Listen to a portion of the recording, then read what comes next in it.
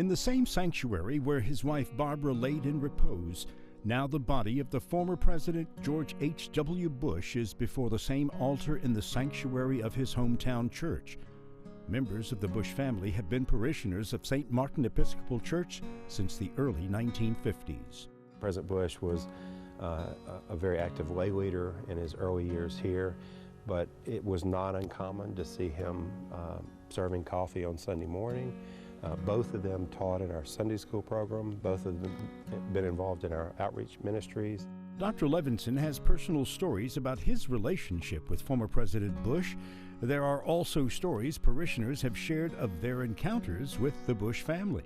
One of the great stories that one of our ushers tells, so it wasn't a story that I heard from anybody in the Bush family, is that one Sunday in Houston when it was unusually cold, which it doesn't happen very often, but the usher was outside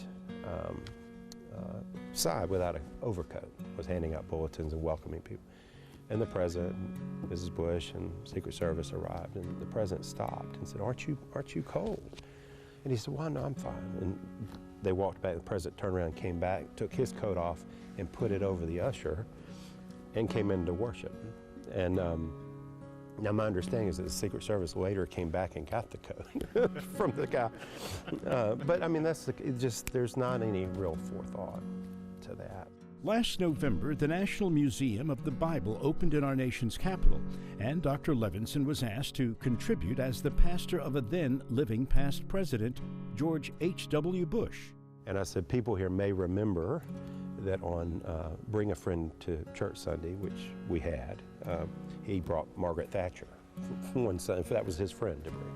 But they might not know publicly that he served coffee, that he taught Sunday school, that he was an active, very active parishioner. And the same with Mrs. Bush, just very active and committed to the life of the parish here.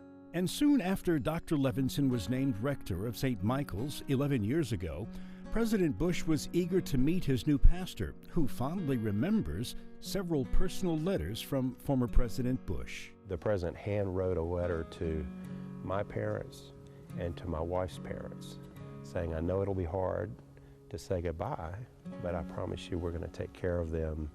And it was just a very sweet, genuine gesture on his part.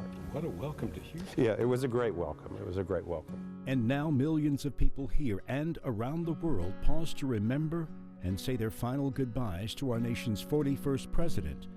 We also remember the husband, pilot, father, and former president whose love for humanity changed lives in the U.S. and other parts of the world. Jose Griñan, Fox 26 News.